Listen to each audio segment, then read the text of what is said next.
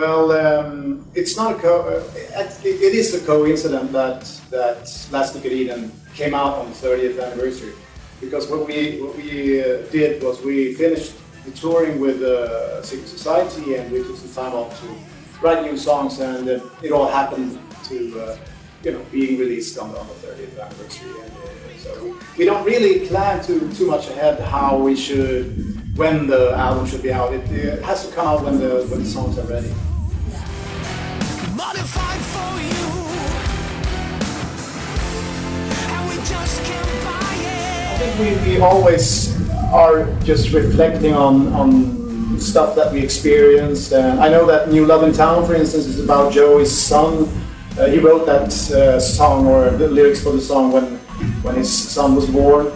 And Last Look at Eden is a bit of a reflection on the presidential election in America when Barack Obama came to power. And Catch That Plane, for instance, is about one show that we did, which was a big hustle to get to. We were flying a long way up north in Norway to play a show, and we just wanted to get out of there as fast as possible. So Catch That Plane is about that, and so forth. So it's basically about little stories that we experience along the way.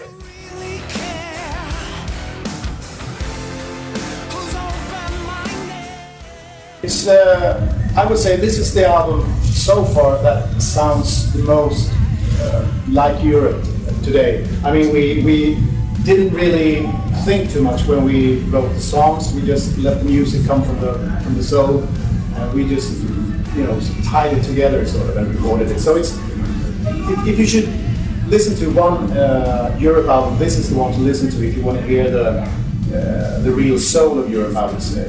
Because this album has, you have the romantic side with New Love in Town, you have the more bombastic and melodic things with Last Look at Eden, the song, and you have fast tracks like Beast, which are more aggressive and pumping, and you have the more groovy side of the band on Catch That Plane, for instance. So it's a very dynamic and varied album. It's very much Europe.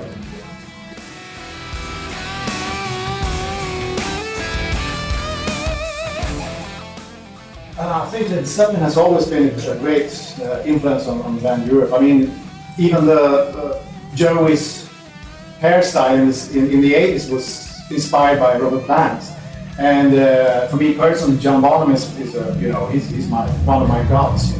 He really influenced my drum playing, and so I think we go back and sometimes we listen to Led Zeppelin albums and you get inspired by it, and it's not that we would like or try to copy whatever they did, because you can't do that. But I think the spirit of Led Zeppelin was also like it is for us. They just did what they felt came out of their soul. So they never tried to be a rock band or a blues band or whatever. They just did music with very different inspirations and musical inspirations. So it is an inspiration for us, and one of the big ones, I would say. Yeah.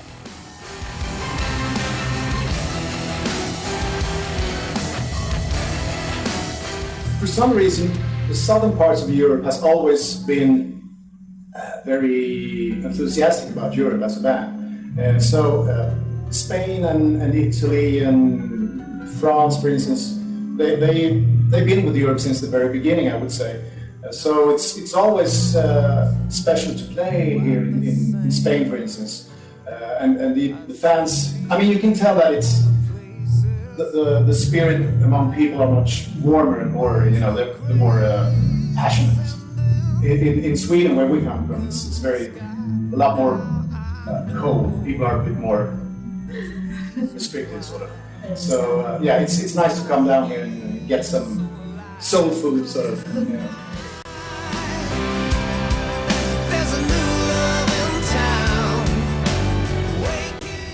There are some nice movements and some shitty movements.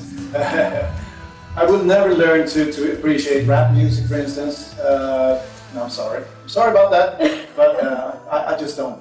I can't dig it. And also, some of within the rock genre, there are some bands or some styles that I don't really enjoy as well. But I mean, I like it. There's a fairly young band, very young actually. It's called Blackstone Cherry from America.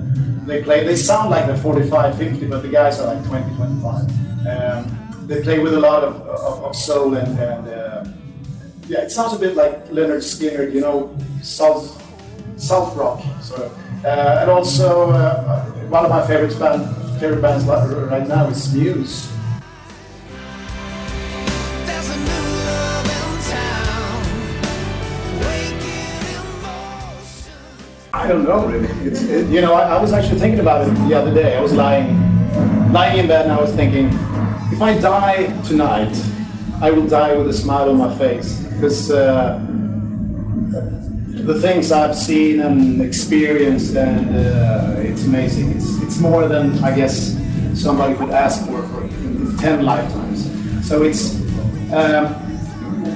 I think I would say I would have to quote Freddie Mercury, the singer from Queen, because he had the same question, and his answer was, "Well, what's wrong with more of the same?" You know, he had achieved everything, but he just more of the same. That's fine with me. So that's what I would say too.